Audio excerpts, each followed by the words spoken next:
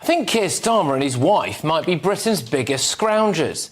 It's free gear Keir and Lady Victoria Scrounger, isn't it? And a return of politics to public service.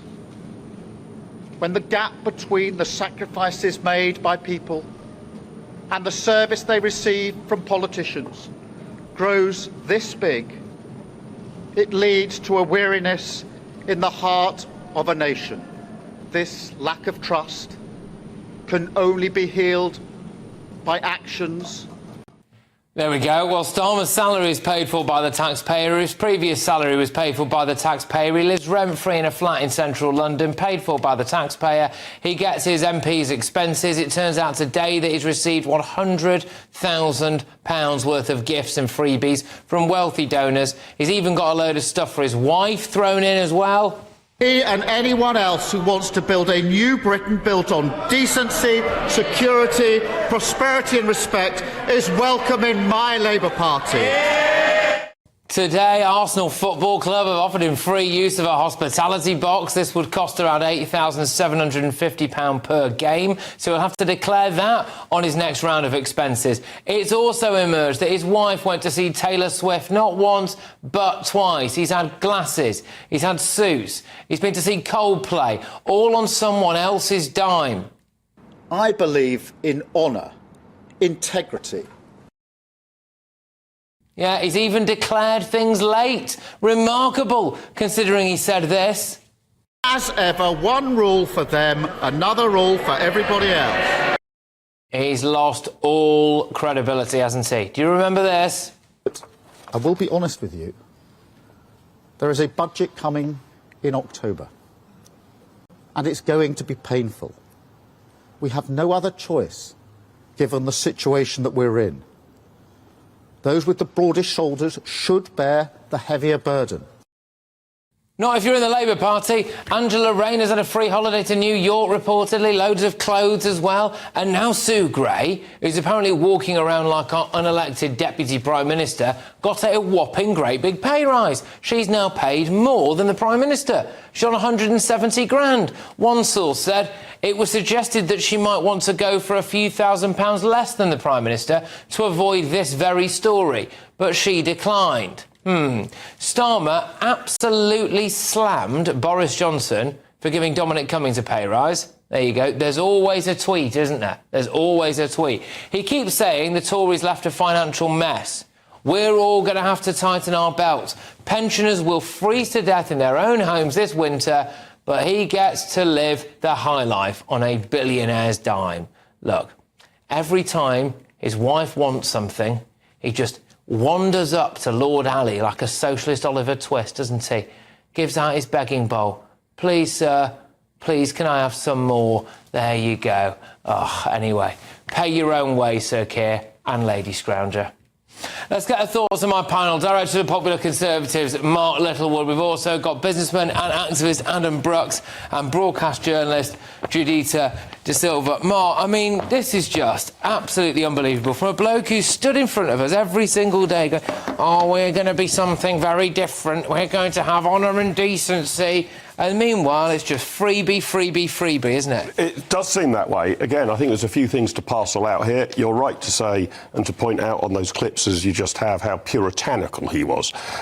So he's apparently entitled to all of this, but woe betide any Conservative who gets a private individual to pay for their wallpaper or take them to a concert or something. No, I would say this about Keir Starmer. I've never met the man. He's obviously much more powerful than me. He's the second most powerful person in Britain after Sue Gray. and he's enormously richer than me. But I do know I have two things in common with him. One is I like to watch my own football team. That's Southampton in my case, Arsenal in his. And the second is, like him, I like to wear clothes. Yeah. But in both cases, I pay for my own tickets there, right? And I pay for my own clothing. And the bit that's so weird about this, I don't really object, and you can see why. As the leader of the opposition, companies and others would say, we'd like to take you out for a night at the theatre and have a discussion with you. This was a man who was likely to be Prime Minister. He's in high demand.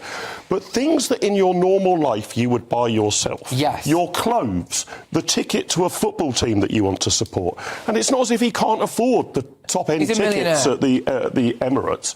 to then take those from other people, and then to find that these people who've gifted you that seem to have passes to number 10 Downing Street, that, I'm afraid, does smell pretty bad. I mean, the optics of this are absolutely appalling. Yeah, it gets terrible. worse by the day because more stuff comes out by the day. He said he's going to keep taking this. How can he stand before the... When that budget is delivered in October, how on earth can he stand next to that? Meanwhile, when times get tough in the Starmer household, he just goes, sorry, is that Lord Ali? Hi, can my wife get some more clothes from you, please? It's ridiculous. Look, at the weekend, I took a microphone and a camera to a high street and I spoke to a load of pensioners that, you know, some voted Labour, some didn't.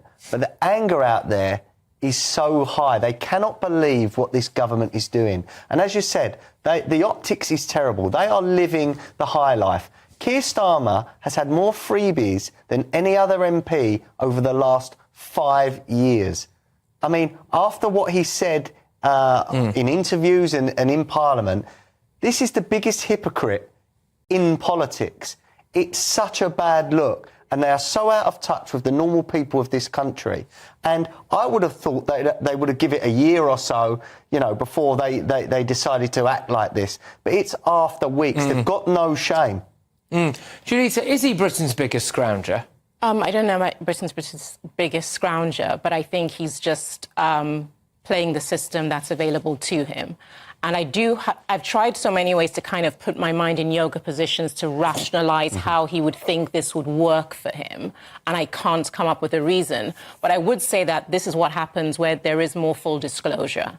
Because I think if all leaders before him truly fully disclosed their gifting indulgences, they would probably be clocking up the same amount of money as Keir Starmer. But they have to disclose it if you're an MP. I mean, there are ways around. If you bracket it as something that was personal, you need not disclose it. There's always ways around being fully open with what you've accepted as a gift, but dependent on what kind of gift it was and in what vein it was given. But then at the same time, I also feel that I just can't understand why say no. Show a bit more discernment and just say no, thank you. It's also the big problem is what is Lord Ali getting for this? Exactly that. Yeah. No, we don't know, do we? £575,000 he's donated to Labour MPs over the last 4 years. He hosts them late night, midnight pool parties at his Mayfair home with cabinet ministers. What is he getting? Yeah, but I think from this hospitality. I'm trying to be even-handed here because I've sat probably on this very couch defending Conservatives in a similar position. I don't mind someone who's rich who decides to give money to a political party of their choice. The issue for me is he was given a pass to number 10 Downing Street without having a job. It was a temporary pass. They cancelled it. I think they realised they'd made an error. But that's appalling. And if you've actually got a rich benefactor who says, I support the political project you're on, there's a whole load of money and I'm going to give money to Labour candidates as well, that's part and parcel of politics.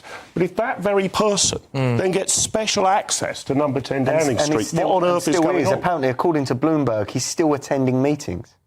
Why? Well, that should again be put. You know, that should be clear what his role is and what job and function he has. I think the ugly good thing about this is that it throws the doors open to seeing how the brokerage of power happens in this level of operation. And this is what happens. Like when it's one hand washes the other. If somebody donates, they're going to want something. Of course. Then nothing comes for nothing. And if this is the extent of it, it is a very, very poorly thought out execution plan to have someone have a pass to number 10. I still don't know who his advisors are. I don't know what issue they have with just saying, like you said, if I used to buy it for myself, I'll still buy it now because you would look better as a Labour government. But at the same time, it is nothing new under the sun. It's an interesting, potentially anyway, psychological insight again into Keir Starmer, though, isn't it? You know, how much in common with the working man and woman does this guy have? Okay. Well, if you look at his early life, I mean, anyone who keeps having to bang on relentlessly about the fact that their dad was a toolmaker implies to me that maybe they don't have that much of a working class pedigree themselves. Yeah. Surely could come up with something. It was actually a bit fields of wheat territory for me to keep doing that. Well, his education was pretty pretty good education. There's not too much working class around that. Certainly his professional career, certainly the things he's been able to do for his mum in the later years of her life. Bought her a 7-acre plot in Surrey, which she turned into a donkey sanctuary. It's fantastic, that, isn't it? No, plenty of people would love to do that. Lives in North London. And you get it to where you are today, multi-millionaire. And now he just thinks, of course, I'll take a load of freebies. That's not very... It's not very working class. It's not very working class. I mean, sometimes I wonder and worry that British politics is a bit too hair-shirted, in that American politicians go round and lie about how rich they are, right? They put a naught on the end of their wealth. They claim to be billionaires when they're only millionaires, whereas our rich people sort of try to pretend they're poor.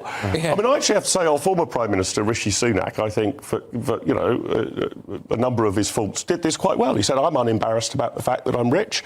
I'm from a family that's been successful, that's worked hard. I'm not going to apologise for it. Imagine if he was doing all this now, though. But you get the sense that this is a guilty pleasure for our present Prime Minister.